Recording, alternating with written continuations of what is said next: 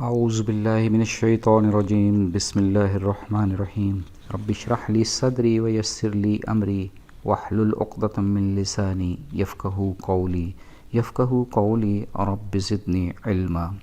آج قرآن پاک کی 100ویں سورت العادیات پر کچھ تفکر کریں گے۔ میں نے اس سورت کو ڈیوائن اویئرنیس کا نام دیا ہے۔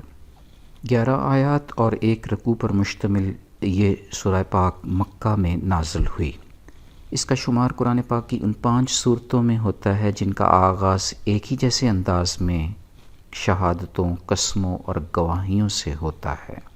اس سورہ میں اللہ رب العزت میدان جہاد میں استعمال ہونے والے گھوڑوں اور ان کی سرعت جفا کشی کی شہادت پیش کر رہے ہیں۔ یہاں کچھ مفسرین کے نزدیک ان اونٹوں کی طرف اشارہ ہے جو حج کے موقع پر منا کی طرف رواں دواں ہوتے ہیں۔ اس میں ایک طرف جہاد کی اہمیت اور اس کی تیاری پر زور ہے، جبکہ دوسری جانب اونٹ یا گھوڑے کی اپنے مالک کے لیے وفا کا جذبہ شو کیا گیا ہے۔ ایسے وفاشار جانور جو میدان جنگ میں نہایت مشکلات میں بھی اپنے مالک کا ساتھ نہیں چھوڑتے، حتیٰ کہ جان کی بازی بھی لگا دیتے ہیں۔ انسان کو بھی اپنے رب کا ایسا ہی وفادار ہونا چاہیے۔ یوں ان قسموں کا مرکزی نقطہ اللہ کے ہاں جہاد کی اور پھر اپنے مالک کے ساتھ وفاداری کی اہمیت اور عظمت میں پوشیدہ ہے۔ شہادت کی ان 5 آیات کو دراصل روح کو تحریک دینے والی آیات کے طور پر بھی سمجھا جا سکتا ہے۔ جب ان پر پاک یا مقدس روشنی اترتی ہے تو اسے دوسروں تک پہنچاتی ہیں، روحانی علم سے متعارف ہوتی ہیں، یوں بری عادات پر حملہ آور ہو کر اللہ کی رضا حاصل کرتی ہیں۔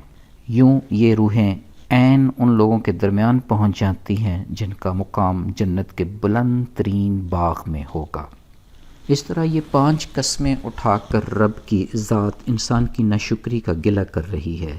جانور تو اپنے مالک کے اشارے پر جان بھی قربان کر دیتا ہے، مگر باشعور صاحب عقل و دانش انسان اپنے خالق اور مالک کا شکر گزار ہی نہیں۔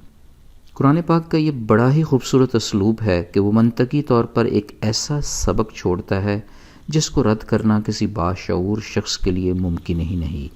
سبق یہ ہے کہ رب کی اطاعت میں ہی سارا شکر ہے۔ اس کی راہ میں ان لوگوں سے جنگ نہیں بلکہ جہاد کرنا مقصود ہوتا ہے جو کمزوروں پر ظلم و ستم ڈھاتے ہیں۔ جہاد کے اس سفر میں سب سے افضل جہاد نفس کو قابو رکھنا ہے۔ اس جہاد اکبر میں جیت ہوگی تو پھر باقی تمام قسم کے جہاد جیتے جا سکتے ہیں۔ اس سورہ پاک نے ایک اور حقیقت بھی واضح کر دی کہ انسان اس امر سے کماہ کا آگاہ ہوتا ہے کہ وہ قدم قدم پر رب کی ناشکری کا مرتکب ہو رہا ہے۔ انسان اپنے خیالات اور جذبات کو خوب جان رہا ہوتا ہے، مگر مال و دولت کی محبت میں اس کی آنکھیں چندھیا گئی ہوتی ہیں، حتیٰ کہ وہ حلال حرام کی تمیز بھول بیٹھتا ہے۔ حب مال کی شدت میں ضمیر تک مردہ ہو جاتا ہے۔ یہی مردہ پن اس کی ناشکری کا باعث بن جاتا ہے۔ بخاری کی حدیث ہے، رسول اللہ صلی اللہ علیہ وآلہ وسلم نے فرمایا، انسان کے پاس مال و دولت کی 2 وادیاں آ جائیں تو وہ تیسری وادی کی بھی تمنا کرے گا۔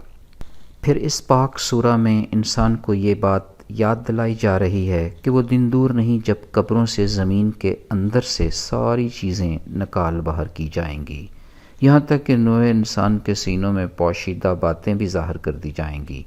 کوئی راز نہیں رہے گا۔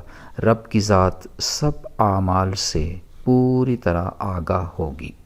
مختصراً یہ کہ اس سورہ پاک کی شہادتیں ہمیں روح میں بالیدگی اور لطافت لانے کے جہاد پر زور دے رہی ہیں، جو کہ ہر دور کی اہم ضرورت رہی ہے۔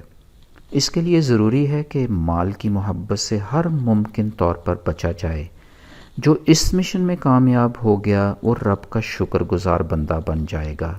یہ شکر گزاری اسے پھر رب سے وفاداری کے دائرے میں لے آئے گی۔ انسان خود بخود ہی اطاعت خداوندی کی طرف راغب ہو جائے گا۔ اسے اس بات کا مکمل شعور بھی آ جائے گا کہ میرا رب میرے دلوں کے بھید خوب جانتا ہے۔ ڈیوائن اویئرنیس یعنی ربوبی آگاہی ہمہ وقت متحرک ہے۔ میں نے تو بس اپنے ضمیر کو مردہ ہونے سے بچانا ہے۔ وفا کے اس سفر میں شکر گزاری کا جہاد جاری رکھنا ہے، خواہ جان آفرین کے سپرد ہی کیوں نہ پیش کرنی پڑے۔ میرا رب خوب جانتا ہے کہ جان تو اسی دن قربان ہو جاتی ہے جب تسخیر روح کا جہاد مکمل ہو جائے۔ فی امان اللہ، اللہ حافظ۔